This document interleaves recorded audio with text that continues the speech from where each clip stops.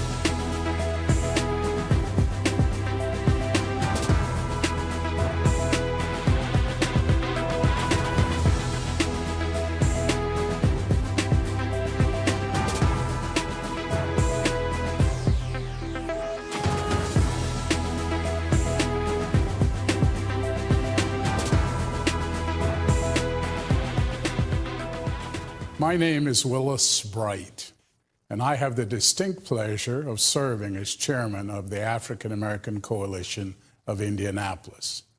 The mission of AACI is to improve the quality of life for African Americans and Black people in the Indianapolis metro area. One way our nonpartisan coalition of more than 25 Black-led nonprofit, civic, fraternal, and faith-based institutions does this is to promote greater African American involvement in the political process, including voting. Tonight will be our first organization's and community's effort to participate in a partnership with Radio 1 and the Indianapolis Recorder to bring to you the first live-streamed and broadcast mayoral debate on Black issues in this election cycle. It may be the first that there has ever been this kind of effort in our city's history. Our goal is to approach thousands of people using technology to participate in the political process.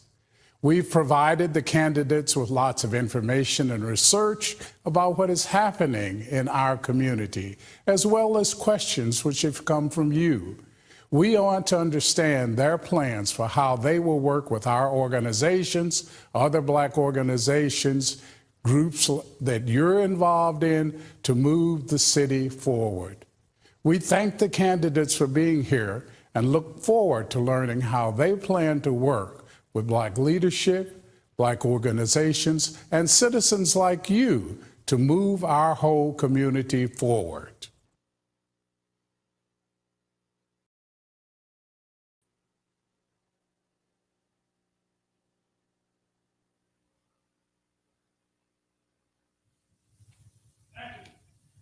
Good evening from the Radio 1 10th Street Studios in downtown Indianapolis, the home of the late but legendary Amos Brown. I'm Cameron Riddle of WTLC, CBS 4, and Fox 59 News. I'm sitting alongside my co-moderator, Oshia Boyd, the editor-in-chief of the Indiana Local News Initiative. We welcome you to the first mayoral debate of 2023 between incumbent Democrat Mayor Joe Hogshead and former City County Councilor Jefferson Shreve. This debate is sponsored by the African American Coalition of Indianapolis. AACI has designed the format. Each candidate will have 1 minute and 30 seconds to respond to the question. Our production staff in studio will keep time with a countdown clock and its alarm that can be seen and heard by both candidates. The moderators can ask a follow-up question and will determine if a candidate can respond.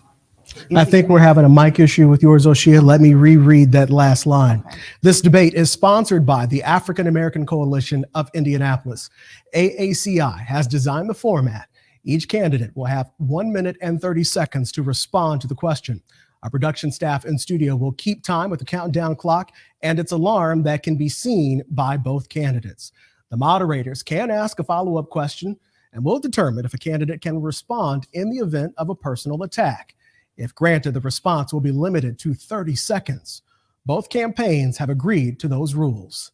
The topics tonight will range from public safety to food deserts and have a specific focus on its impact on Black residents in Marion County. Many of the questions have been submitted by listeners of WTLC AM, FM, Hot 100.9, and readers of the Indianapolis Recorder. The candidates are aware of the range of topics, but the final questions in each topic have been picked by Oshia and I. The final questions we chose have not been shared with AACI or the two candidates. A coin toss conducted just minutes ago is the decision maker on which candidate will get to answer questions first. The candidate does have the option to decline any question, allowing their opponent to answer first.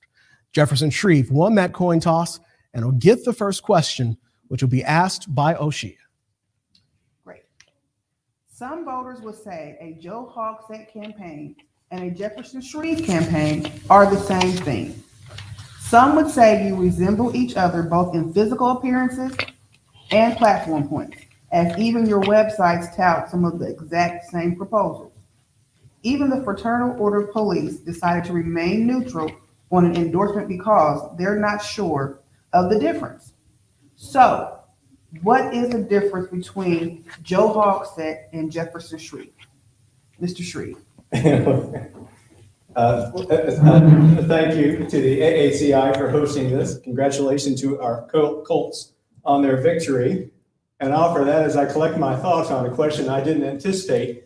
It hadn't occurred to me that the mayor and I resembled each other in appearance until we became competitors in this race. It just happened. There are differences in the way in which I will approach governance in our city that matter materially. And there are differences in the way in which I will focus my time and my energy as the chief executive of the city. So with some executive experience as well as municipal experience, you will see a Shreve administration, a Mayor Shreve, lean into the relationships at the other end of Market Street to advance the interests of Indianapolis materially more so than Mayor Hogsett has to this point. Coming out of the council, being potentially the first former council member to serve in the mayor's office, you'll see materially greater engagement with our council. Even though it will be led by a Democrat minority, I respect and understand their work, and you'll see me spending time with and engage their caucus more so than I experienced as a member of council. And you'll see me spend a lot more time engaging the mayoral leadership in the donut counties around us so we can work regionally. Mr. Mayor. Well, I too want to thank AACI and the recorder and Radio One for bringing us together tonight in a discussion of very important issues. Let me make clear, if distinction is needed for those viewers out there or for those who are listening but don't have a view, I'm the one with the busted lip. Jefferson is not. So if you need a distinguishing characteristic, I apologize that my lip is a little swollen and busted, but I do want to take an opportunity to thank Jefferson and his staff for being present tonight and for these discussions that are so important to the long-term health and well-being of our city. Briefly, I have been joyfully serving as mayor of the city of Indianapolis for the last 8 years, and I'd like to finish the job with 4 more years, and that would be a final term that I've committed to participating in. I think we've made a lot of progress. I think we, over the course of the next hour, we'll be talking about a lot of the important initiatives that we have offered, and the continuity and the continuation of some of those critically important issues in perhaps the most difficult 3 or 4 years in our city's history. I'd like to continue to lead that city out of the pandemic. Mayor, Councilor, both of you are running commercials about staffing at IMPD. Mayor, in your term, you state that you have added 700 new officers in your 8 years as mayor. Councilor Shreve, you've pointed out that IMPD is still on 300 officers short of the number that has been budgeted. Now, both statements have been deemed to be correct. The question to both of you is, where will you find the 300 officers needed to bring IMPD to full staff, as a shortage of officers is an issue that faces departments across the country? Mr. Shreve, you can go first. We are indeed 320 officers short of what we have funded and authorized. Our challenge today isn't fiscal, it's leadership. Officers are like citizens. They vote with their feet, and their talent is in short supply. My focus will be on the retention of our veteran officers first and prioritizing retention over recruitment. The mayor has advertised the number of officers recruited. True, but we've lost more than we've gained. The mayor has on our force today, well, this was a March number, 124 fewer officers than when he took office January 1 of 2016. He campaigned on adding 150, and that was before we reached these pre-COVID challenges. We need leadership that buttresses our department, provides them with the tools to do their job, and uses the bully pulpit of the mayor's office to advocate the other parts of the judicial ecosystem to do their job. And I will do that, perhaps because I wear a different jersey from the prosecutor and some in the judiciary or the sheriff's office, but the system has to work to buttress our police force so they want to stay and protect the people and property of Marion County. Mr. Mayor. Well, thank you for the question. Recruiting and retaining police are critical, and it is correct. During the 8 years that I have served as mayor, we have hired over 700 new officers. Actually, the numbers continue to grow, and that number may be as high as close to 800 new officers, which really means that half of the Indianapolis Metropolitan Police Department today has been hired by me during my 2 terms as mayor. Now, Jefferson is right. We do have, thanks to the council's foresight, fully funded positions. When I first took office, there was a dearth of law enforcement professionals at IMPD, which I inherited, not because of Mayor Bowler's lack of attempt. It's just that city didn't have any money. We now have fully funded 200 to 300 additional positions. That's why we've raised the pay of first-year officers and of second-year officers. That's why we have taken steps to reward and retain our veteran officers. And I am hopeful that with that kind of continued commitment, because Cameron, I think in the nature of the question, you underscored that this is not an Indianapolis problem alone. This is a problem that police departments all over the country are having. We are taking meaningful steps to make up and bridge that gap. And I think over the long run, you'll see real progress being made in another Hogsett administration. So let me ask a follow-up question to that. When it comes to hiring those 300 officers, the question is, where do you find them? So let me ask you, if elected, how will you engage the city's Black population to join the police force and wear a badge for IMPD, specifically Black Hoosiers to join, especially at a time when in recent years, the Black community and police officers across the country have not had the best relationship and have made headlines nationally and internationally for all the wrong reasons. So how can you tap in to the Black community to get those 300 officers? And Mr. Mayor, I'll let you go first. Well, I think that that is a significant goal that we have here in Indianapolis, and that is to increase the number of people of color, the number of women. Historically, those numbers have been disproportionately underrepresented, and that's why commanders like Ida Williams and other Black leadership in IMPD have made a priority to go out into the community to recruit new officers, including women, African Americans, and Latinx officers, so that the Indianapolis Metropolitan Police Department truly represents and looks like the city that they are sworn to protect and serve.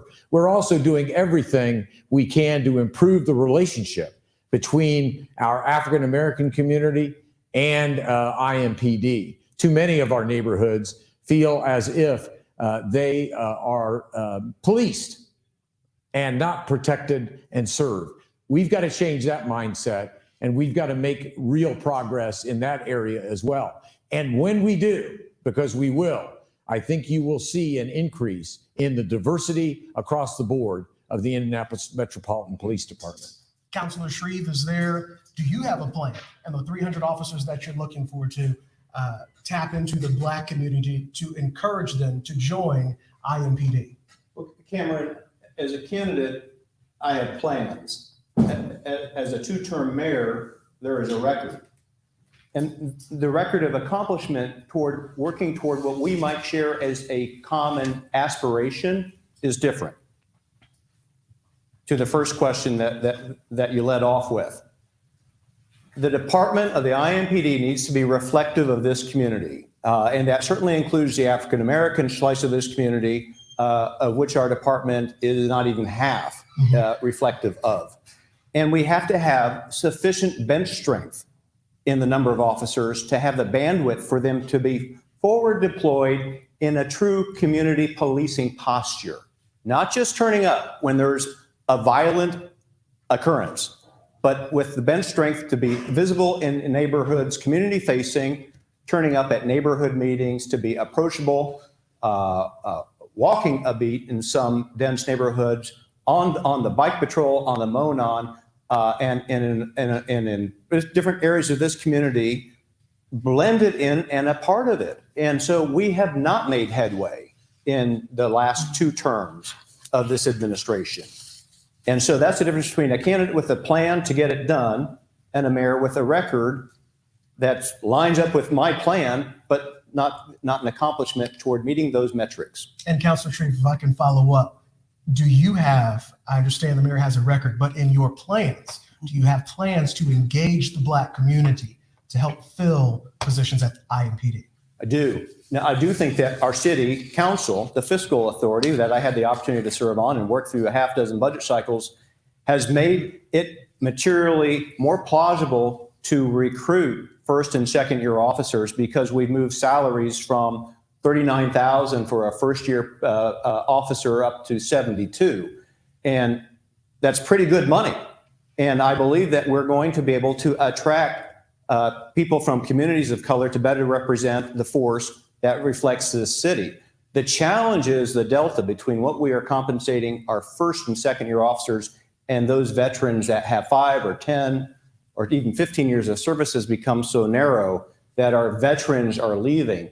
And it's that veteran talent that is best able, for example, to serve in the investigations unit, which is in part attributable to our significant decline in the solve rate of our violent crimes. We've gone from over 80% down to roughly 35%. We've lost too much ground because we've lost too much talent.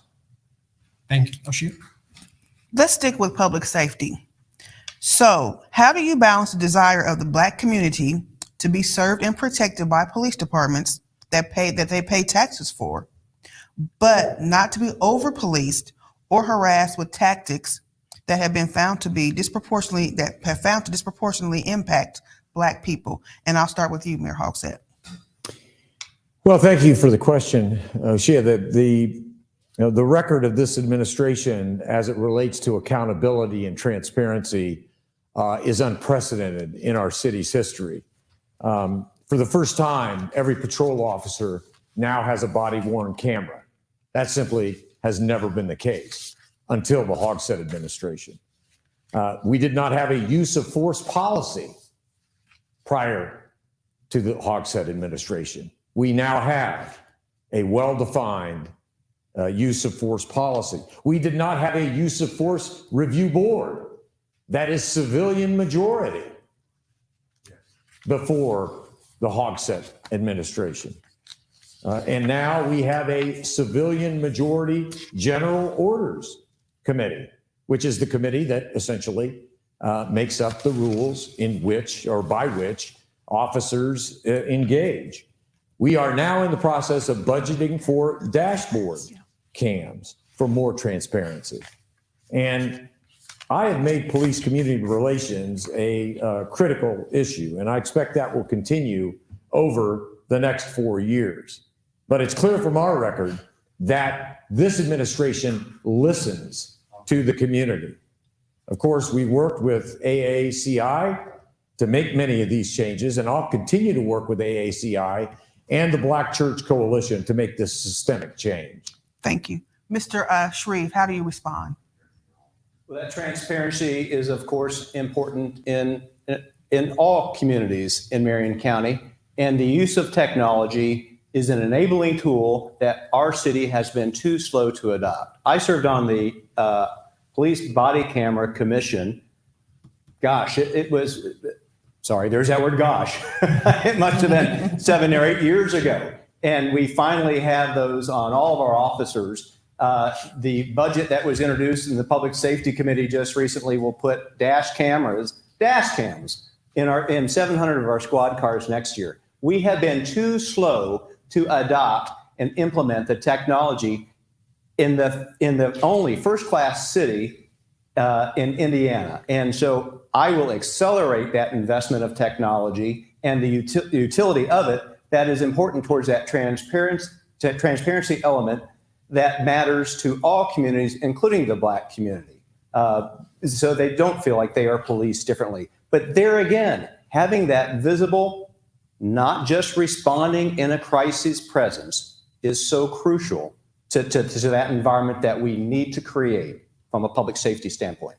I have a follow-up to that, Mr. Shreve. When you say you will accelerate, what do you mean? Can you give an example of how you will accelerate the use of technology? Accelerate the adoption and integration and rollout. Accelerate. Okay. We have hundreds of new police cruisers that are mothballed over at the Rock, awaiting this very slow rollout. We have money that came in under ARPA that we blew into things that's just sitting around. We have a gunshot detection system in East District after we trialed 3 different types of technology that is not working. Dash cams. Why do we not have dash cams on our squad cars moving around our city today? So accelerate, implement, utilize the technology that is there today in an environment in the world in which we will become increasingly dependent upon technology to buttress, to supplement the dearth of humans working in public safety and policing in this city. Mayor Hogsett, would you like to respond?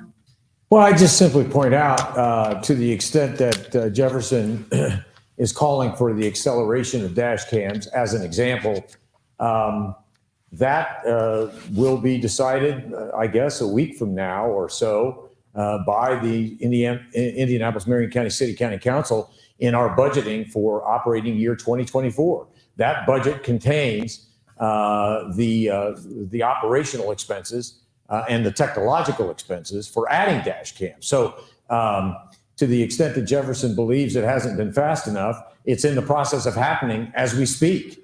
That's pretty darn fast in my book.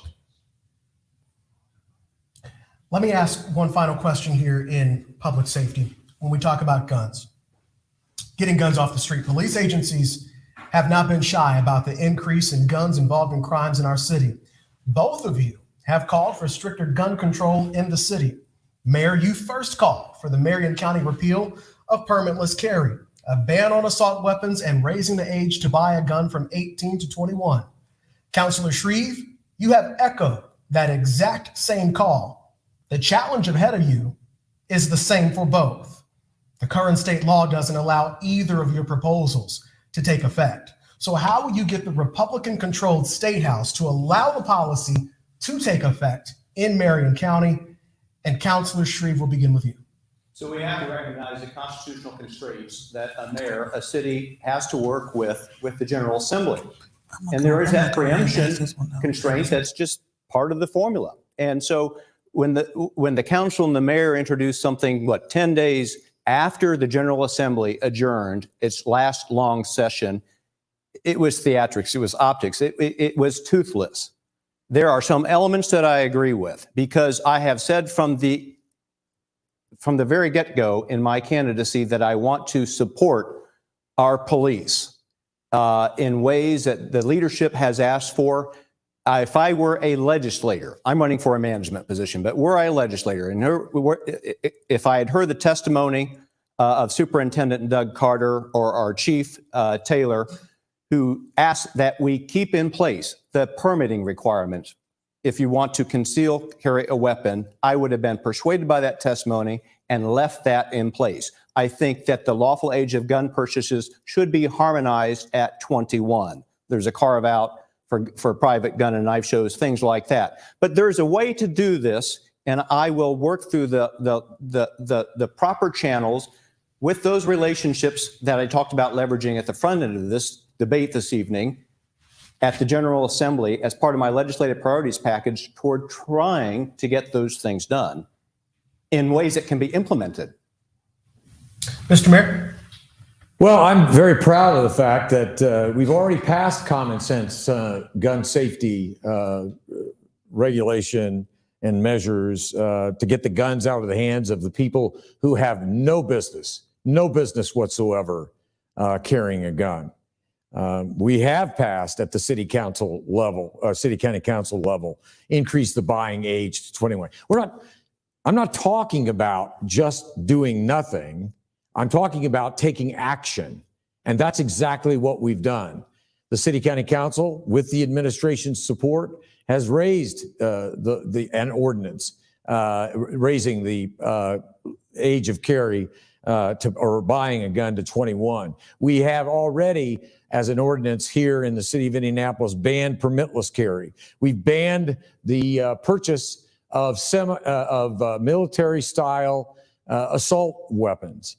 And now we will advocate vigorously over in the halls of the General Assembly to have Marion County released from the preemption with laws that are already in effect that would take effect upon passage of that preemption. I think that's a very important step that we have taken. It's action toward the end. And besides, we've also added 3 additional special assistant United States attorneys to prosecute nothing but gun violence and violent crime in Marion County. That's a step in the right direction. Thank you. One final question with public safety, and it's recent events. Just this weekend, there have been calls from police that say the approach to crime in Indianapolis is not working. They want changes to the judicial system that have shown a pattern of releasing violent criminals back out to the streets. This call for a review and overhaul of the Marion County justice system started in the last 2 weeks after a 19-year-old caused a crash that killed 3 people, then was quickly released from the Marion County jail on a $1,000 cash bond and $50,000 surety bond, which police and now some elected officials are saying isn't enough. In a statement sent out just last night, Councilor Shreve, you called out Mayor Hogsett for failing to hold the prosecutor and the judges accountable for releasing violent offenders back into our community. In reality, the mayor's office has no authority over the elected prosecutors or judges, appointed or elected. So, in light of that statement and those facts, I ask, what should the residents of Indianapolis expect, and what do you expect the mayor to do about the concerns surrounding the Marion County justice system? And I'll start with you, Mr. Shreve.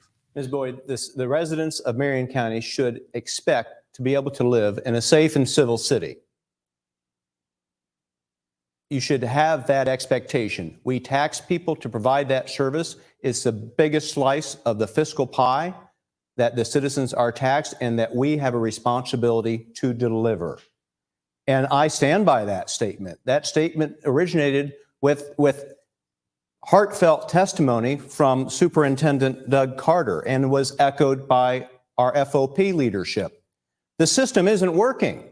And while the mayor doesn't control it all, while the prosecutor and the sheriff and members of the judiciary are budgeted separately and or elected separately, the mayor's got to look out for the good and the well-being of the city that he or she leads. And so if you don't have statutory authority over everything, you've got to use the mouthpiece of the mayor's office in the 25th floor to call out those deficiencies so our system, so our police department can do their job in protecting police and property in Marion County.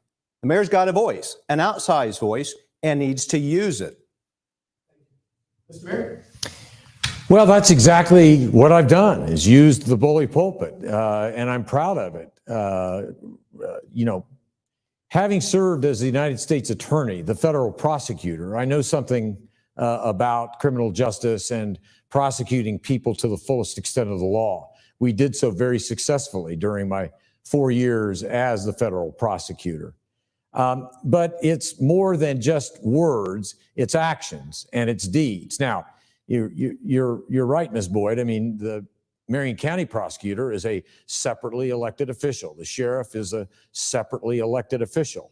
But I have used the leadership role of the mayor's office to support gun safety regulation. I have used the bully pulpit of the mayor's office to hold people accountable for gun safety regulations that are universally supported and need to be passed.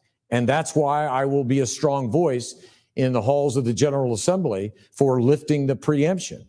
Let me just say one last thing that I mentioned a few moments ago that I don't want it to be overlooked, and that is in our budget this coming 2024, we have provided 3 additional special assistant United States attorneys with the full power that the federal prosecutor has, much more so than the tools that are available to any local prosecutor. And that was supported widely throughout the community. In fact, Jefferson, it was the members of your own party are the only people who fought those measures. Thank you. So moving on to business development. The city's minority business enterprise goals are 15%. The available utilization breakdown for 2022 shows that of the 39 agencies listed on the city's MWBE website, only 4 agencies met the 15% goal. What will your administration do to improve Black business participation on city contracts, including professional services contracts? And will your administration disaggregate MBE participation by race? And I'll start with you, Mr. Mayor. Well, thank you for the question. This administration has been proud, particularly during times of enormous challenge and difficulty brought on by the global pandemic, to have encouraged and participated side by side with wonderful developments like the Cook Medical Facility on East 38th Street. And by the way, the opening of the Indy Fresh Market, all of those partnerships, and in cooperation with the Alliance for Northeast Unification, and the city provided a project tax abatement for that project. We are proud that those entities have done what many said could not be done. The entire construction of those facilities was done by minority-owned businesses. Let me say that again, not just a portion, not just a percentage, not just a number. On East 38th Street, we had a medical facility built with full minority participation. That's the kind of commitment that this administration has had. And it's not the only example. We've partnered with Cafe through a Lift Indy cooperation. We've participated in the Oak Tree redevelopment process, and we're in the process of supporting Town and Terrace acquisition. All of these projects will provide more Black and minority businesses with greater prosperity. And the fact that we are now committed to a disparity study every 5 years, I think will be critical to assessing the progress that we're making. Mr. Mayor, let me follow up with that. You talk about food deserts. The Indy Fresh Market just opened on the east side of Indianapolis this past week in one of the largest food deserts in Marion County. What will your administration do to make sure that that store is supported? And do you have any other plans to add fresh food options to any of the county's other food deserts? So again, you just mentioned these locations that have opened. The question is, what will the city's administration do to ensure that they not only open, but remain open? Well, I created during my tenure as mayor the city's first ever division focused on addressing this issue, and that is food insecurity. Our support has ranged from traditional brick and mortar additions to the Neighborhood Food Champions program, which is education and resources for food advocates. We've also, as you said, Cameron, we're very proud of Indy Fresh Market, fresh groceries to that particular area of Indianapolis that struggled as being a food desert. We are proud of the Seed to Shore program, a farm to store pilot program that fosters connections between local minority-led urban farms, community gardens, and food enterprises. I'm proud of the Lift Indy partnership, that has provided, that's LYFT Indy partnership, which provides $1 rides to and from grocery stores for people who don't have readily accessible access or transportation. So let me be clear in concluding. In 2019, when my administration began to expand our violence reduction and food efforts, Jefferson voted against food access. Now, he has the right to do that, but I think it has gone a long way over these last 4 years in improving the access to food in the city of Indianapolis. And Councilman Shreve, your name was brought up. We also haven't heard from you in some time. Would you like to explain food deserts, what your administration will do to handle them, as well as the Indy Fresh Market? What will you do to keep a store like that in a Black area open? Sure, I appreciate it. Well, I haven't spoken up because I haven't been called on. I don't recall a vote for food insecurity. The mayor has cited 2 examples in a county of 403 square miles of grocery outlets that we can be proud of. I was at the bodega on MLK Boulevard earlier this week. And so there are some isolated examples of some successes there. But if we're going to really move the needle on access to fresh foods, produce in and across this county, this very big county, we've got to think better, bigger, and more programmatically. We have so many disused former Walgreens and CVS stores that can't all become Dollar Trees. Disused space that I want to see put back into productive use, and in my view, is right sized for that community market, grocery market concept, and is already located along in neighborhoods that are underserved and oftentimes along corridors that have public transportation. If we can put in place a pro forma program of incentives, say a 5-year abatement with the owner developers of those disused retail spaces, and bring in grocery retailers like, for example, a DG Foods, we can really move the needle in ways that aren't just kind of flirting around at the edges in the couple of examples that this administration can cite in an 8-year record. Let's move on to education. Thank you, gentlemen, both. At last check, there were more than 60 charter schools in Indianapolis. As of this week, there's actually one less option, as for at least the second time this school year, a charter school has announced that it will close its doors. Despite this news, more than half of the students who live within the boundaries of Indianapolis public schools in the center of Marion County attend charter schools. Most of those students are Black. Based on questions submitted by listeners of this station and the Indianapolis Recorder readers, they feel that there are too many charter schools in this city, and several have called for a moratorium on opening any new charter schools. As the mayor of Indianapolis, you have the power to grant opening authority to a charter school. The question is, will either of you put a halt on charter schools? And what will you do to ensure the success that charter schools that we already have continue? Councilor Shreve, we'll start with you. I am an advocate for charter schools, and moreover for the parental choice on the public school avenue that their children take in a community. I give great credit to Bart Peterson for being so innovative in that space. And I think Mayor Ballard continued in that arena.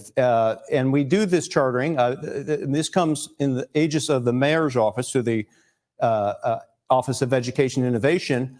In my first stint on the council, in the Ballard administration, I was on the education committee. Jason Cloth was very much involved, and we were engaged and chartered some great, strong charters that are on the scene today. I think we've had over 25 that have closed in the past 5 years.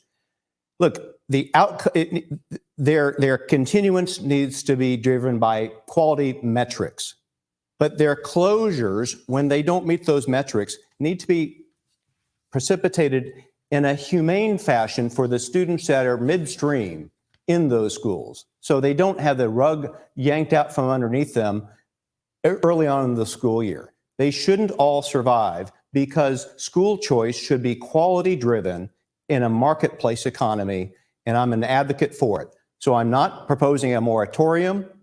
I am proposing oversight and quality control, which is the responsibility of the mayor's office and the council committee. Thank you, Mr. Mayor.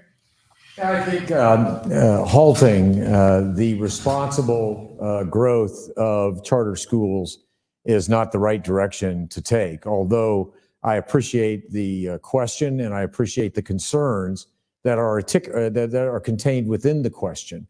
That's why I'm proud that this administration, and frankly, Jefferson mentioned Mayor Peterson and Mayor Ballard. I think they are to be commended for their leadership. And that is exactly the kind of leadership that we have continued to bring to the mayoral sponsored charter schools. We set high expectations during the application process. We set high expectations throughout the course of the charter school's existence, and we hold operators accountable. If the students are not being well served, we take action. If they are being well served, and in most cases they are, we do everything we can to support that school and its operation. And in short, we focus on quality, not quantity.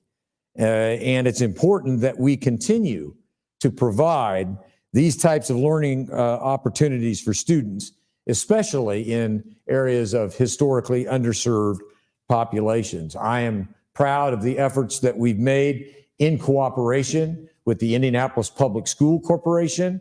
We partner with all public school corporations in furtherance of the mayoral sponsored charter schools. And as it relates to the closure of charter schools, many of those have come through authorizers, not the mayor's office, but who have authorizing authority outside the mayor's office. And if I could ask a follow-up with a 30-second response from the both of you.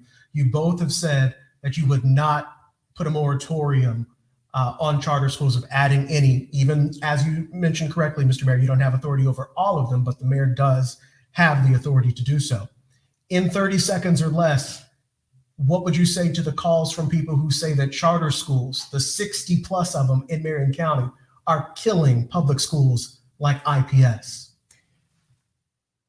My question, so that's just simply not the case. I'm sorry to disappoint people who feel that way, but frankly, the record of this administration has to be bent over backwards to cooperate fully with Dr. Johnson and her leadership brought IPS, the cooperation, the collaboration that we have with Pike Township and Warren Township and Wayne Township has been historic in nature.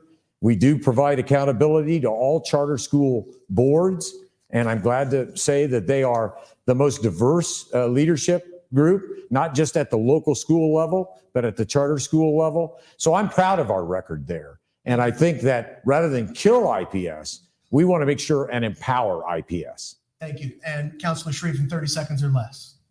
The reality is that students and parents are like voters. I mean, they vote with their feet as to where they're going to send their children because we've given them that choice. We've empowered them with that opportunity.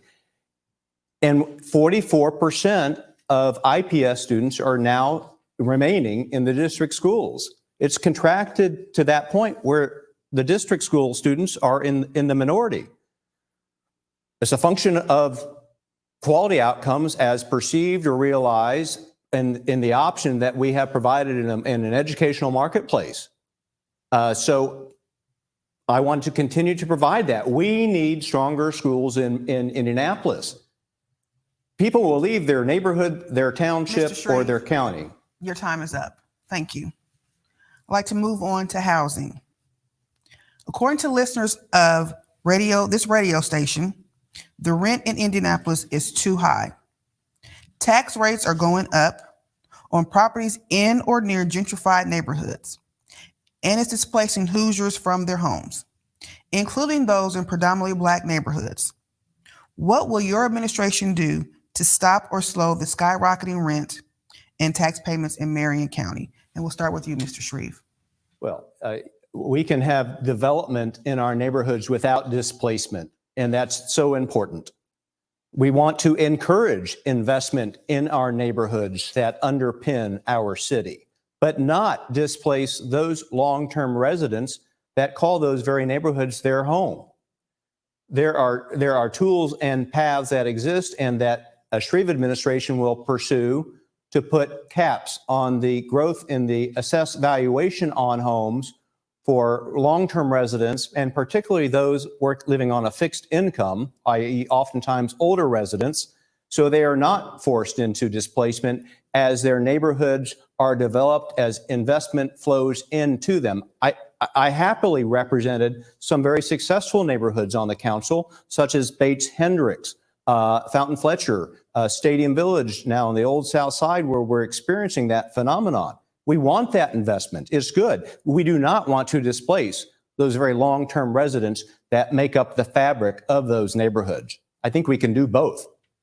Thank you, gentlemen. Let's turn now to healthcare. Both recent studies and history can point to examples where Black people have been treated differently, creating mistrust between Black people and the healthcare system. Since COVID, Indy has grown the names of two doctors, Dr. Shanice Wallace and Dr. Susan Moore, two Black doctors whose deaths made headlines. For Dr. Wallace, it was shortly after giving birth to a baby girl. For Dr. Moore, it was during a battle with COVID. IU Health acknowledged a lack of empathy and compassion was shown in the delivery of Dr. Moore's care. The tragic passing of those two Black Indiana doctors highlights issues in healthcare, particularly with Black women, and likely helped fuel a nationwide emphasis on diversity, equity, and inclusion. Policies and trainings all came after. Will your administration encourage those policies to continue at the Marion County Health Department and at the Health and Hospital Corporation of Marion County? Please explain why or why not. Councilor Shreve, we'll begin with you. Oh, absolutely. And I think that IU Health and as a system has paid a heavy price for those mistakes. They were mistakes, and their atonement is costly. Yes, a Shreve administration will work vigorously to work to rectify that sort of injustice, but the marketplace will reprimand those that are guilty of those sorts of offenses, as we have seen. And I do give IU Health credit for working so vigorously of late to correct those very injustices, those two examples that you spoke of that are just two examples of many. Mr. Mayor. Well, I'm particularly proud that we just recently announced the creation of the clinician-led community response teams. And that was led by a Black-led firm, Stepping Stone Therapy. And we're expanding the operation of clinician-led community response teams to the East District outside of the downtown area in our 2024 budget. That's just one area of healthcare and access to affordable services for those particularly struggling with mental health related challenges, which unfortunately has led to difficult, if not tragic, outcomes over the past. So we're making progress in that area. We've expanded the number of beds from 30 to 60 at the Assessment and Intervention Center on our city's community justice campus. Through City Connects, we have put counselors in schools to systematically address out-of-school challenges so that kids can focus on learning. And we have added a deputy director in the Department of Office of Office of Public Health and Safety to deal with mental health related challenges. Now, I focused on mental health because there has been an enormous emphasis on mental health, and we are expanding in as many other areas as we can to provide greater access to more residents of the city of Indianapolis. And Mr. Mayor, you'll have to forgive me. I jumped the gun and made a mistake on the question about housing, and I did not give you the opportunity to answer on the question about skyrocketing rent and rates in Indianapolis. What would you do to slow or stop that issue? Well, there's no single solution. We as an administration are approaching this from multiple angles. In the 2024 budgeting process, we're piloting in a program to keep longtime residents in their homes. The Riverside neighborhood will be the first location. And if successful, we will scale that up and expand the program. Caps of the rate of property tax increases have been considered and need to continue to be considered. Recipients must be 55 or older, lived in the house for 10 years, and that way they can qualify for our Riverside displacement program. There's also property tax relief last year passed by the City County Council, giving property tax relief to homeowners. 90% of all homeowners in Indianapolis got a property tax credit on their May property tax bill. We're investing in owner-occupied repair program to help people stay in their homes. And lastly, I just simply point out our Vacant to Vibrant program in Martindale, Brightwood, the near northwest side, the near east side. This is $5 million, helping create 51 new homes in partnership with those neighborhoods and Flanner House, and a first-time young Black developer. And so the projects like those go a long way towards transforming neighborhoods, keeping residents who have been intergenerational, multi-generational in their homes for future generations to come.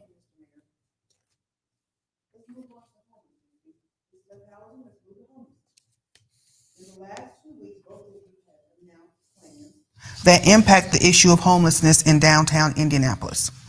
Mayor Hogsett, you announced that the city has just purchased property to build a low-barrier homeless shelter. How will you fund the shelter? And what programs would you put in place to get our homeless neighbors to use the shelter? Mr. Shreve, would you continue the mayor's plan to open a shelter? If not, what would you do differently? So, Mayor, we'll go ahead and start with you.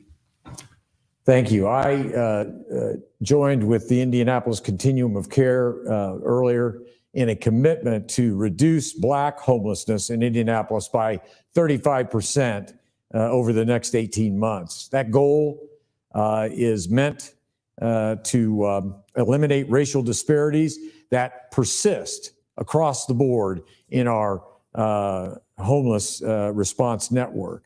In 2016, I moved the city to a housing first strategy, getting people into housing and providing them the services they need without preconditions or barriers to entry. We've increased our HUD funding by 127% during my administration.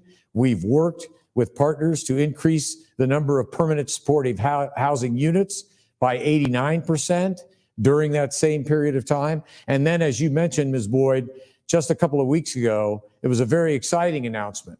$20 million in the state's budget, $12 to $13 million coming from the City County Council for a total of $33 million that will provide our first housing hub, which will not only address emergency, immediate, unsheltered challenges, but will be a continuum of care where residents there can, for 24/7, 24 hours a day, 7 days a week, continue to move toward sheltered units of care. Thank you. Mr. Shreve. To your question, will I continue that effort? Yes. If I look back, though, in 2019, the mayor announced a plan to end homelessness in Marion County by 2023. Well, our point in time counts are still static at roughly 1,600 homeless on the streets of Marion County. So we've not made the headway that we've talked about. And again, there are plans and there's a record. We need to address this, and we need to not conflate the challenges of homelessness and mental health. The mayor had the opportunity to speak to mental health, which wasn't a question that was directed from either of you, but I very much agree with the need to invest and invest vigorously in mental health. I think the MCAT unit's a good start as proposed in the budget for next year. I would amplify that materially. We will take with open arms the $20 million that's going to come from the state of Indiana for that low barrier, no barrier shelter. I think some of the neighbors were surprised, as neighbors often are, when the city announces where it plans to put XYRZ, be they businesses or residential. I think communication can be enhanced, but yes, we need this, and I'll certainly work to advance that with the state. A quick follow-up and with a 15-second response as we get toward the end of the debate here. Councilor Shreve, the question for you specifically is, that property has been purchased. The city of Indianapolis owns it. If you are the mayor come later this year, will you continue that property and open it as a homeless shelter as the Hogshead administration has already initiated? Will you continue that plan, or will you abandon that plan in 15 seconds? I'm very likely to continue that while doing some damage control with the neighbors that are unhappy with the news of that announcement. Okay, I'm told this next question will have to be our last question. Okay. So let me ask this.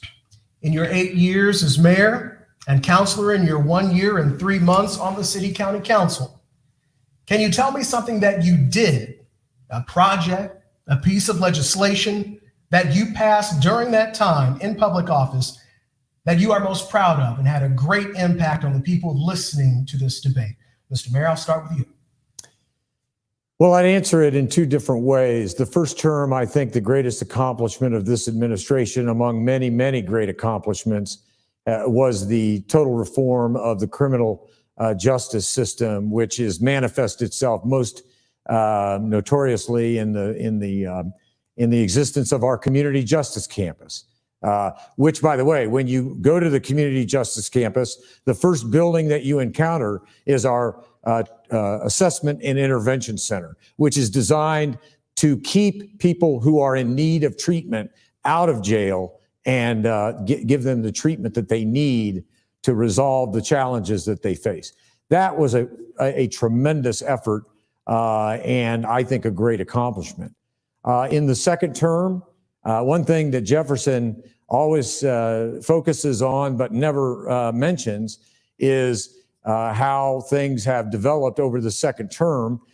You never hear him talk about the effects of a global pandemic on the entirety of the world, and particularly those of us here in Indianapolis. So I would just simply say, I think that one of the greatest accomplishments that I have enjoyed is not only helping Indianapolis through its perhaps most difficult hour, but being charged with the responsibility, along with Dr. Virginia Kane, of helping Indianapolis get through its most difficult hour. And I do believe we're on the path to a better and more prosperous future.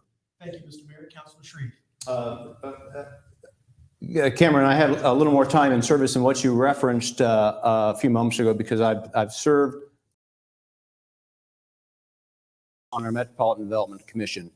And as a counselor representing a district, you have the ability to directly touch, influence, pull up neighborhoods. What I'm most proud of is improvements that I helped realize in neighborhoods including Fountain, Fletcher, the Old South Side, Bates Hendricks, the investment that we saw come into those neighborhoods that today are better and stronger than they were some years ago. I'm proud of that. That's the part of town that I came into, grew up in, on the near Old South Side. And so I'm proud of that. But my ability to be of influence and to move the needle as your next mayor will be of materially a greater import and ability than it was as a member of the council. I recognize that we had to move through COVID, but I don't take COVID as an excuse for the lack of progress that I think that we have seen through so many number of years. If we index Indianapolis to other cities that were once peers, like Columbus, Ohio, Nashville, Tennessee, even a Salt Lake City, by the numbers, we aren't keeping up. And we've just got to make more headway. We've got to pick up our pace. Finally, in 30 seconds or less, gentlemen, is there anything in particular that you are proud of that you have done that has benefited the Black residents of Indianapolis? Mr. Mayor, to you.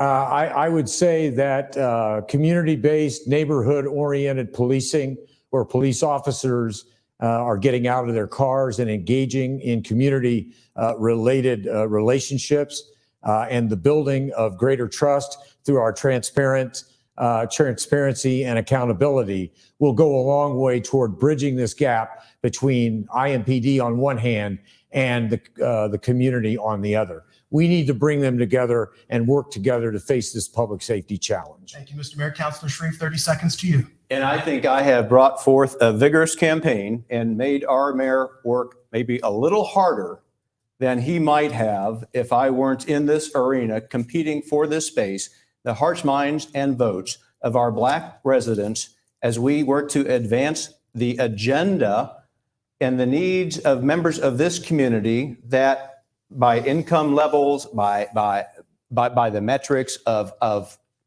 employment levels, are clearly underserved, clearly below where the broader community is and should be. We can do better. We need to do better. And I am hopeful that our vigorous competition is working toward that end, and we'll prosecute this to the very end. Gentlemen, thank you. The clock says that is our time, and we've been together now going on exactly 60 minutes. Mr. Mayor Joe Hogsett and Councilor Jefferson Shreve, thank you for coming to this radio station and supporting our effort to inform the listeners and viewers of Indianapolis as we approach the election of 2023, which is now less than 1 month away. Gentlemen, thank you.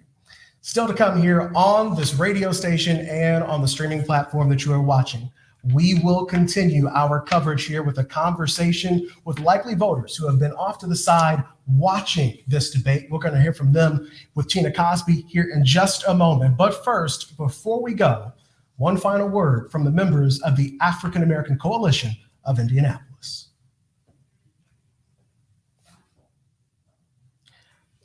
We have been asked to give you one final 2 minutes before we go, both councilor and mayor, as we have a little spare time to give you a closing statement with the bonus time we have. So, Councilor Shreve. Well, thank you. I thank the AACI for hosting us this evening. I'm here to offer a better alternative to leadership than what we have had. I'm here to offer a comprehensive partnership with not just the Black community, but our city writ large. This offer includes increased MBE participation, development plans that avoid displacement, economic incentives to combat food insecurity, enhance public safety without over-policing, a fresh approach to our mental health crises, and an amped-up investment in that space. This offer also centers on strategic investments in pathways for youth with a focus on mentorship. That's made all the difference in my own development. Together, we can tackle these community challenges and break down the barriers and shape a more prosperous future. These are some of the outcomes I aim to deliver, but process matters too. Straightforward leadership is needed, and that's what I will deliver. I'm not one for personal attacks, but I'd be remiss if I did not address the approach of our respective campaigns. My ads take Mayor Hogsett to task, but I've never taken him out of context, and I believe voters have the right to compare his record to my ideas. I also believe an executive at this level can't clock out. When crises come, Indianapolis needs a mayor who will take them head on and can't predict the future. But I know for certain there will be crises, and when the inevitable arises that hit our city, I'll be with our citizens in our communities. I'll be accountable for my actions 24/7. When you're the commander-in-chief, you owe your citizens that responsibility. I've been out in our city. Our people want change. And for the chance to bring it, I ask for your vote. Thank you, Councilor Shreve. Mr. Mayor. For 7 years, 9 months, and 8 days, this community has welcomed me as your mayor. You have welcomed me to your places of worship, to our neighborhoods, and into your homes. Together, we have experienced our share of hope and our share of heartache. I cannot predict the future, but I've lived the past, and I know where we've been.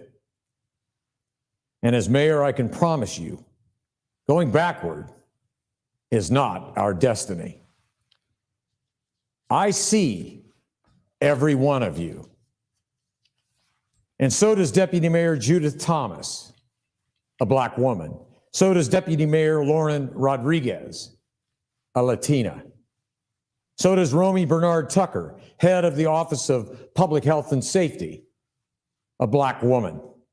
So does Phyllis Boyd, who heads our Parks Department, a Black woman. So does Ben Tapper, our Chief Diversity Officer, a Black man. And so does Malele Kennedy, a Black woman who serves as the Director of Food Policy and who's on the front lines of expanding food access. For 7 years, 9 months, and 8 days, you have opened up your hearts to me. And I put mine into the work of being a mayor 24/7, and a work for and a fight for all of you, and particularly the Black community. Mari Evans once said, "For the span of my memory, this has been a city of opposing wills, one determined to maintain the status quo, the other advocating an active morality and its inclusion as an equal. This community is part of me, and I'm proud to be part of it. Together, I look forward to the work that has been left undone." Mr. Mayor, Councilor Shreve, thank you both. We leave you now with this word from Marshawn Woolley of the African American Coalition of Indianapolis. Stay tuned as our coverage of this debate continues in just moments with Tina Cosby.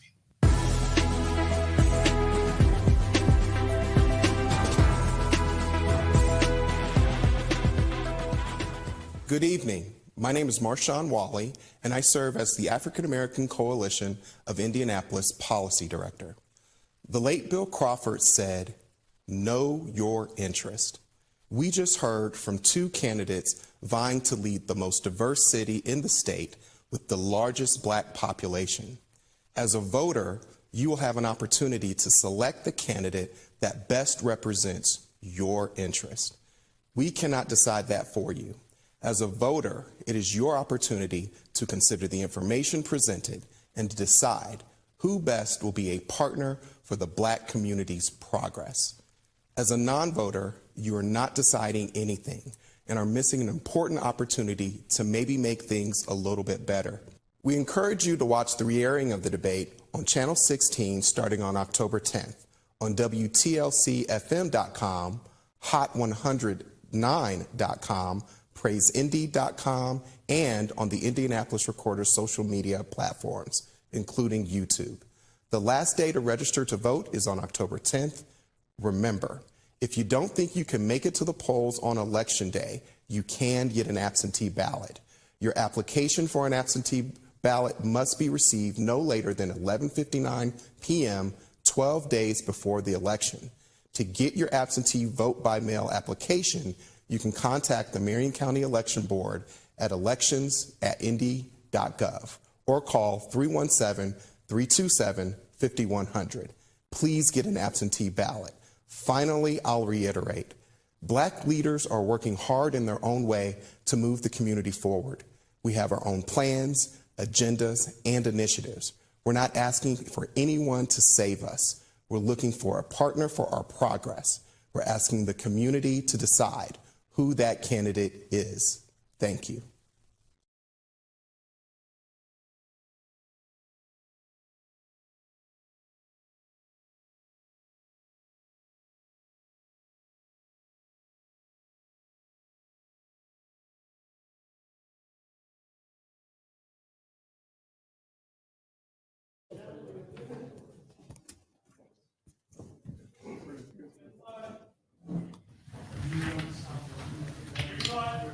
And we are back here on 106.7 WTLC Praise, AM 1310, 95.1, and Hot 100.9, as well as all of our streaming platforms on Facebook and the website of the Indianapolis Recorder. You just finished watching the very first mayoral debate of 2023. It was our pleasure and proud duty to take that on. Oshia and I, for the past 60 minutes, got the first look at what the candidates will look like going into election, which is now just less than 1 month away. We're joined now by our Community Affairs Director, Tina COSBY, from here at Praise AM 1310.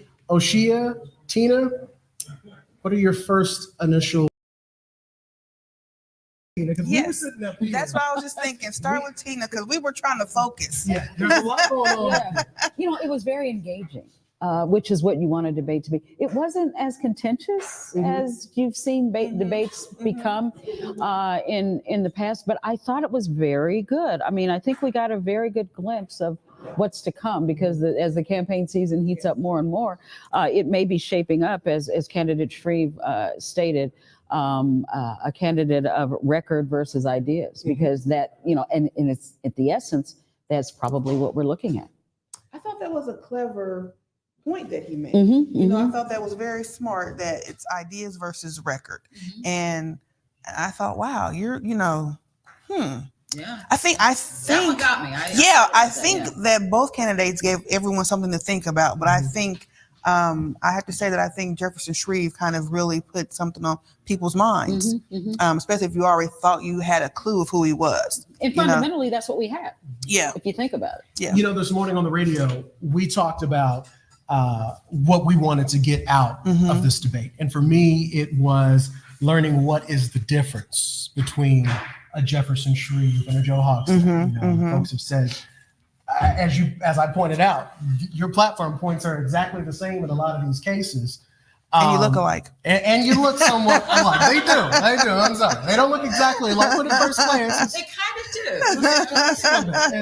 and they laugh. So it's Makes okay. voters pay attention. You really have to zero in. Really have to pay attention. And I would say, if I had to take away something, it's literally what you just said. The difference is one person running on a record, another person running on their ideas. And so in that hour, I tried to ask questions about, Mayor, your record. You've been in for 8 years. And Councilor Shreve, while you have not been in office, you've had time to think about this. What is your plan? What would you do differently? And I don't know that he had everything flushed out. There were a lot of things that still did get answers to, as far as there were some things that he did come out and just say, yes, I would probably continue to do the mayor's homeless shelter. But there were other things that he did not exactly have flushed out yet. And we asked a lot of questions. We actually only had 2 more questions to go. Would you have 80 questions here? There was a lot. There was a lot. There's several. Tina, here in a couple of minutes, you're going to take over, because outside of where we've been, there have been a group of likely voters who have been watching, and you're going to debrief with them here in just a few moments. Tell us what we can expect. Well, we have Democrat, Republican, and independent voters, likely voters, actually voters with very good voting records. So, they're involved, and they're engaged and involved voters is what we have. And they're going to share with us what their thoughts and reflections were. I always like to hear what someone else is thinking and saying. And so I'm really looking forward to what they're about to share with us. So they're getting set up right now. They're getting staged and all. Look at them. See, hi. They all look good. They all look good. Yeah, they do. We've been given the go ahead that everybody is in place and set and ready for you to take over. So at this time, we're going to take a commercial break to our producers back inside of all of the radio stations. Very nice job, Cameron and Oshia. Thank you both. You did a great job. Oshia, it was great to sit next to you and do this. It was This was a privilege. with you too, Cameron. I feel the same way. Thank you. This is the first debate. There was some weight on the shoulders. Yes. I think we did a good job. I think we did. I'm glad it's over. I am too. I cannot wait. Not over yet. No. That's what I was going to say. It's over us. I was going to say, I cannot wait to hand the table over to Tina COSBY. And listen to what everyone has to say, because I'm curious, since we were working, Yes. we couldn't really focus on the answers. Because there's a lot going on here. Yep. So they were totally in a room by themselves. They couldn't read anybody's faces. They couldn't hear anything. And so now that they're out and free, we're going to hear. All right. To our producers inside the radio stations, we are going to take a quick commercial break. When we come back, we'll continue the conversation with Tina COSBY and the post-debate panel. You're listening to 106.7 WTLC, Praise AM 1310, 95.1, and Hot 100.9. I'm Cameron Riddle for Oshia Boyd. Thank you for joining us, and have a good night.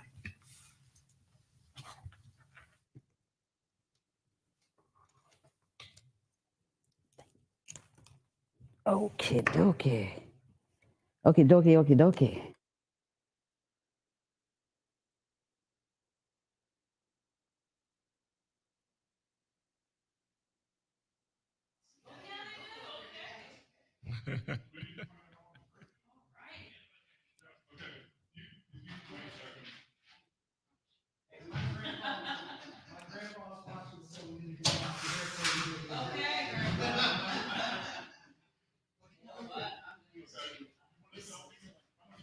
All of you count to 20 for me real quick.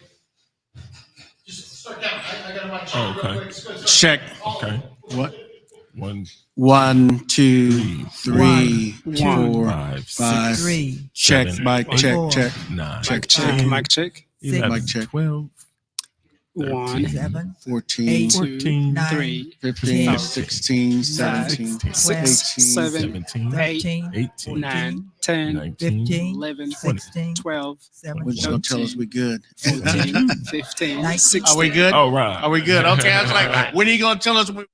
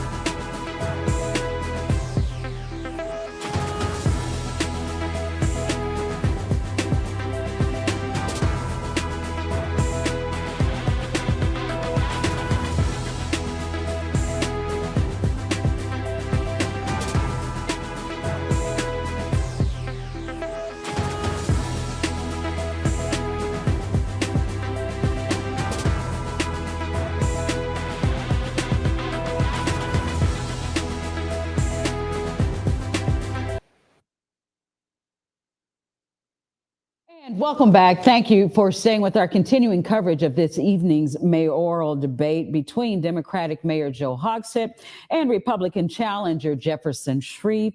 As you know, we've assembled a group of likely African-American voters, given the focus of tonight's debate about issues of importance to the African-American community. We have a Republican 2 Democrats and an independent voter who watched the debate backstage. They are here with us now to share their thoughts and reflections. Again, I would like to thank all of you for being here. I think I've thanked you, but I want to thank you again because this is just extremely important. So we have with us Ricky Hentz, who is a Democrat.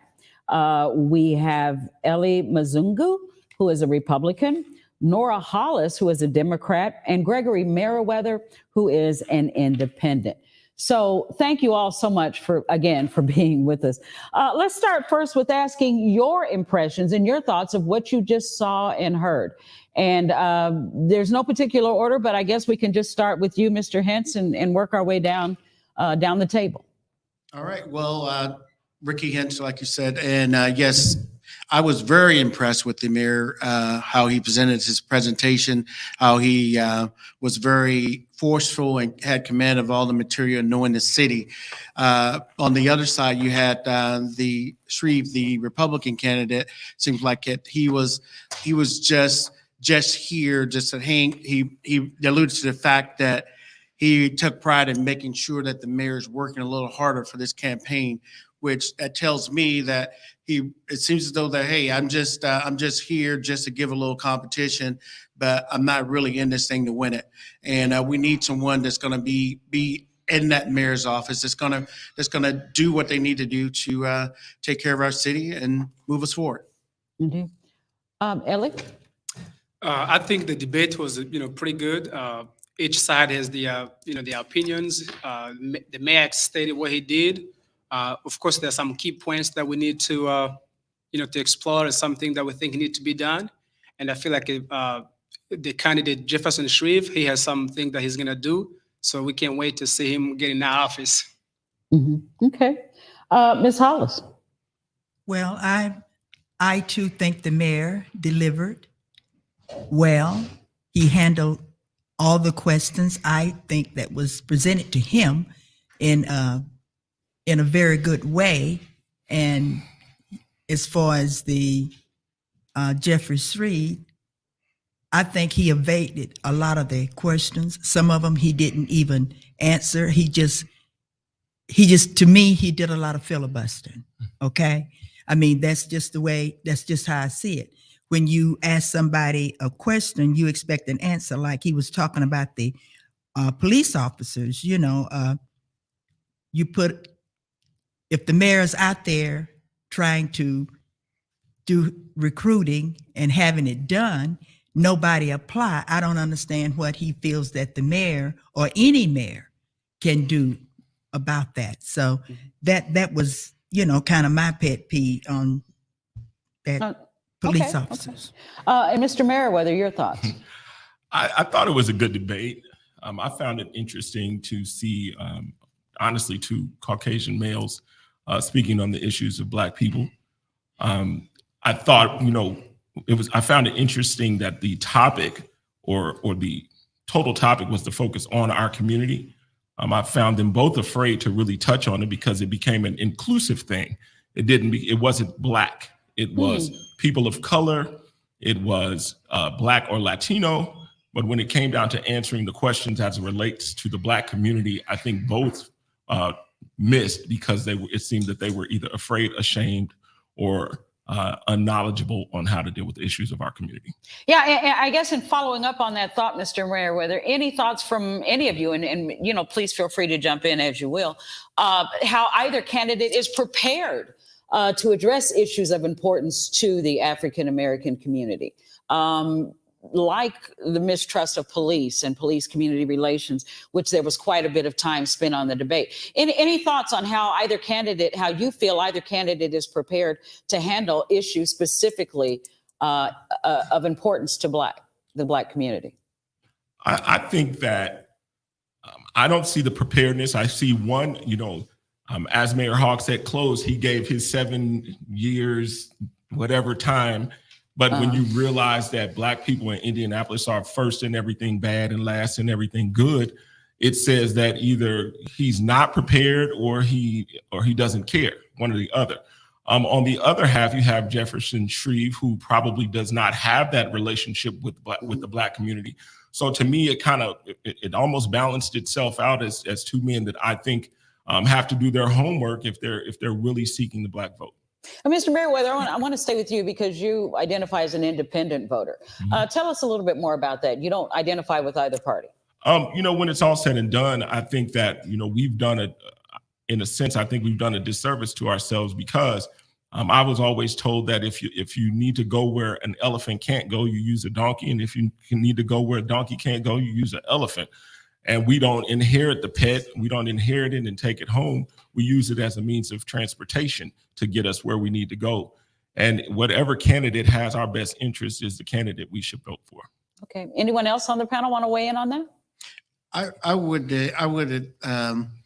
say that the mayor had since mayor has been in our communities even before he became mayor, and that he's been able to articulate and do the things that he needs to do to speak to some of the issues that are for us, for African Americans, and like myself and like everyone on this panel. Now, is there things that he can improve on? Yes, absolutely. Everybody in this room probably feels as though they can improve on something. And it's just that one of the things we need to do is just make sure that we make sure hold people accountable for issues. If they're going to address our issues and they say what they're going to do, we need to hold them accountable for those. And we need to go with to paraphrase the donkey and the elephant. Yeah, go with you want to make sure you had the proper transportation. And if you have someone that's leading you astray, you need to make sure you get rid of them. But if you have somebody that's leading you in the right direction, stay with that horse, or with that donkey or elephant.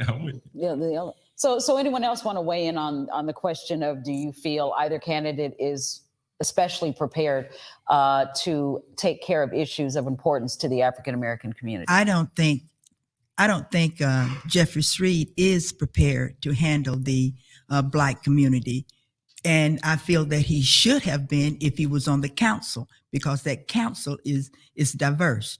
So he should have been able to, there was work that he could have done there to get himself familiar with working with the Black Afro-American community. Yeah. Each of you sitting there on that panel are citizens with well-established voting records. So I'm curious, how does something like tonight's debate influence you? Go ahead. Sorry about that, ma'am. That's okay. Tonight's debate, as far as influencing me, I'll be frank, my mind is made up.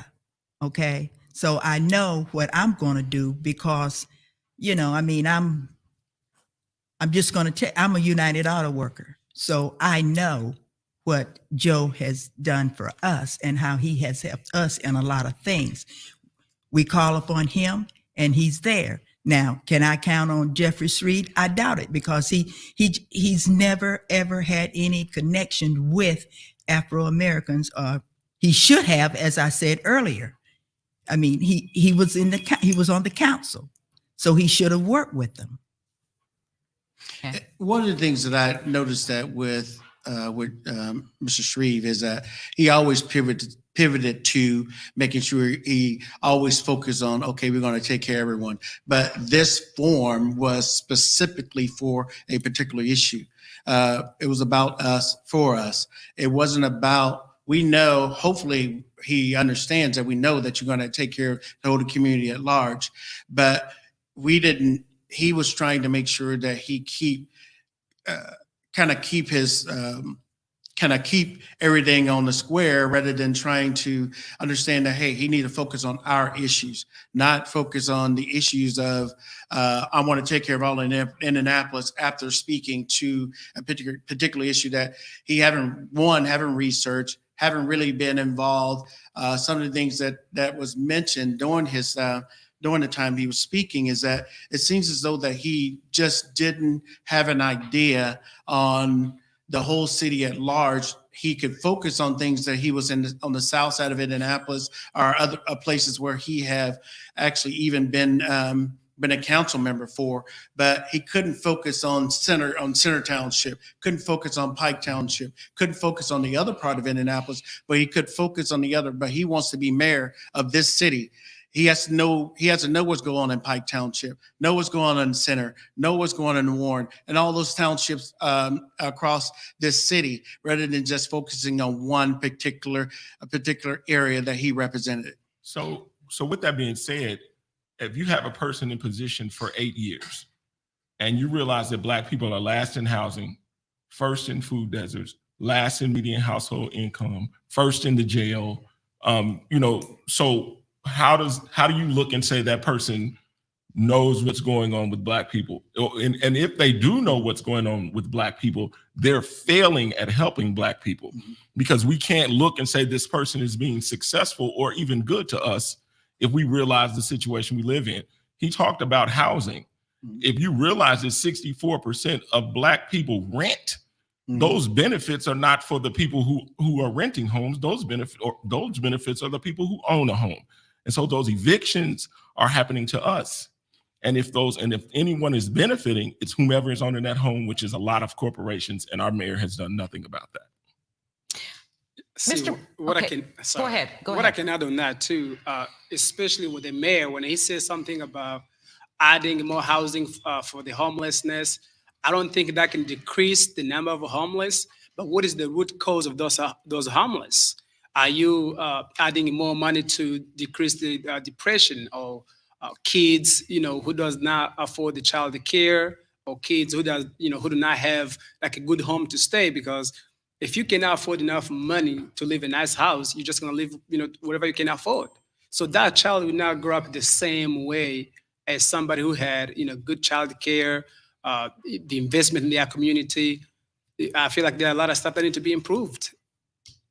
Yeah. And if Jefferson Shreve they give him that opportunity, we can blame somebody on the record. What did they do in those 7 years?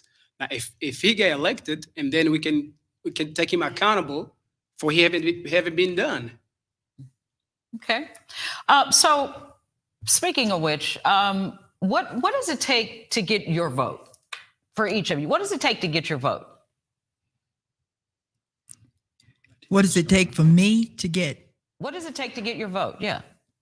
Yes. Either candidate? In general. In general. What does it take to get your vote? Well, as I said, my employment was with General Motors. And as far as what I'm looking at is the things that UAW need. We go out and support people that help us on our side, because we have to negotiate with corporations.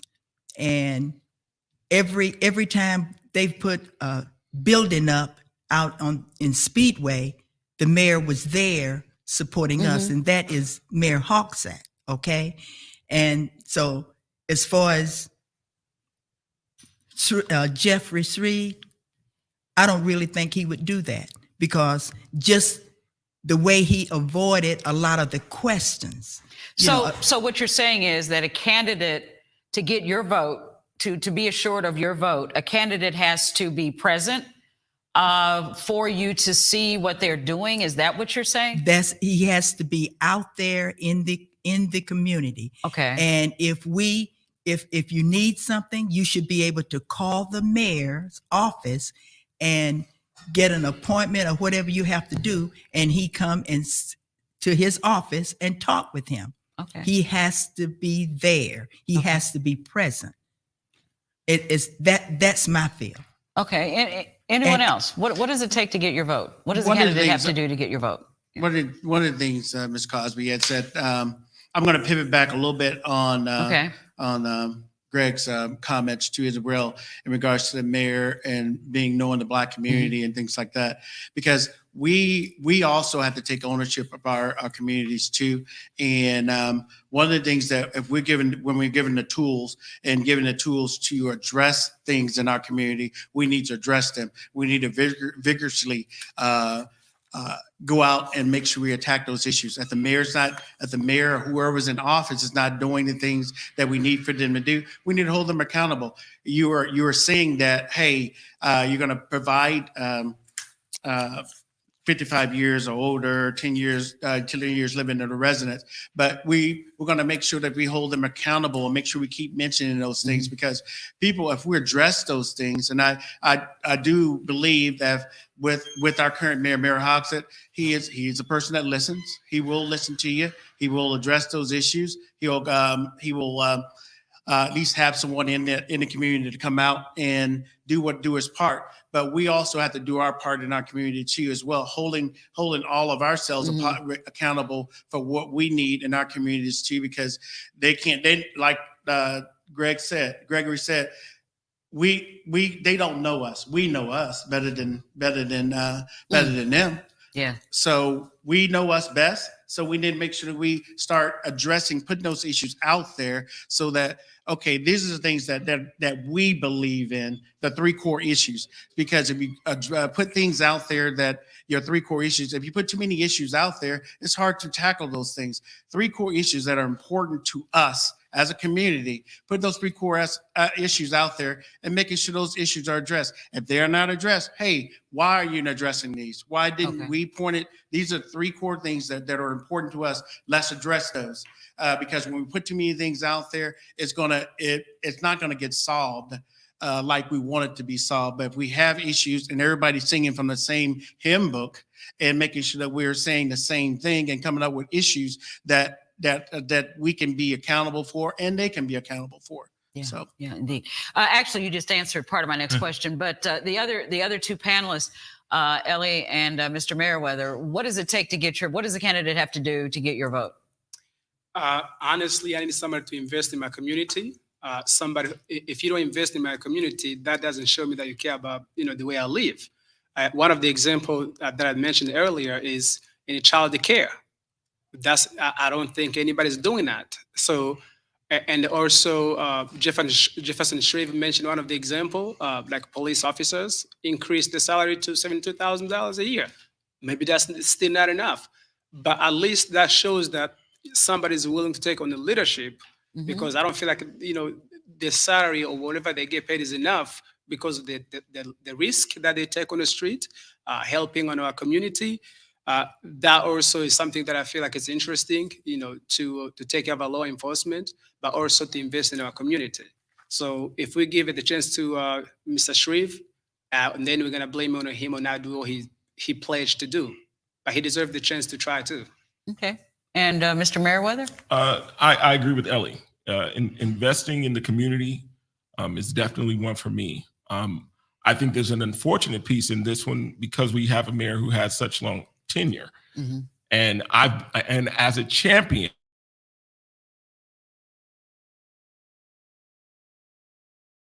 gets afraid when people challenge him. So when we talk about that, you can get my vote by being someone who's not afraid of being challenged.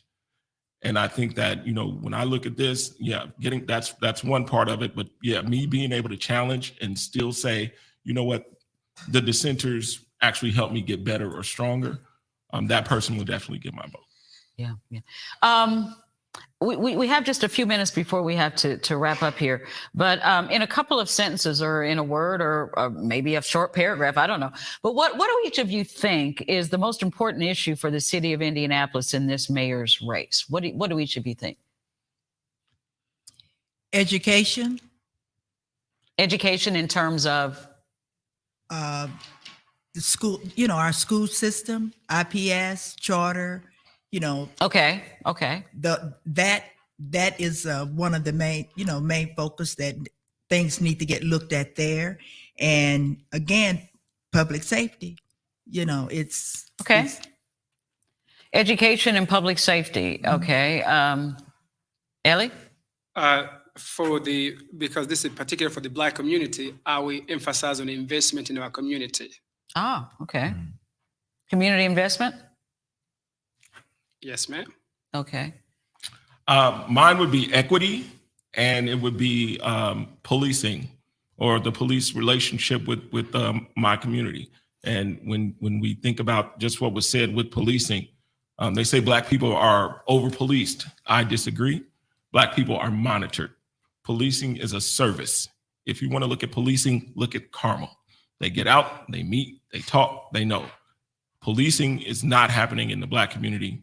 Monitoring is. So what would the issue be? You say policing in terms of equity in policing? Is that how equity is what we need in the city? Okay. Because when I look at Black people, we're on the bottom. And so I think a mayor that brings that fights to bring equity is definitely something that we need for our community. The other issue I see is policing.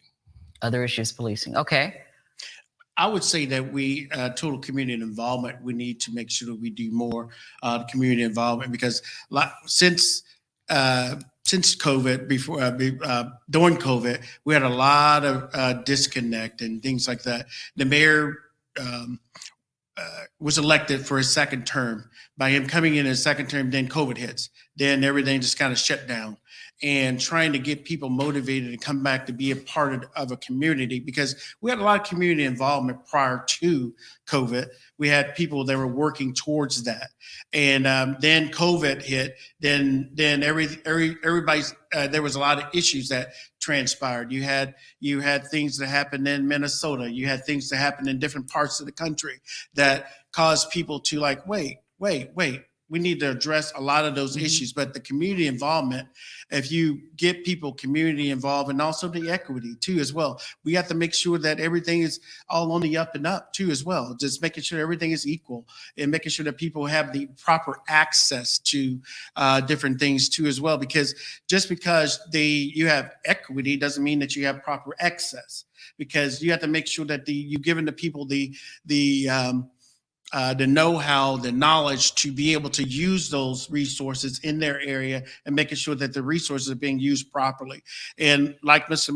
Mayweather said, I understand that, yes, you definitely want to make sure that the police are out in the community. We need to make not just out there to enforce our laws in our community. We need them to be a part of our community. We need to know whether or not John, the police officer, live in our area, live in some parts of the city that is a part of Indianapolis, rather than living in Johnson County or somewhere else that he doesn't see us. He doesn't see our community enough. And then it's hard for him to police or her to police us accordingly. So those things. Well, did everybody get a chance to weigh in?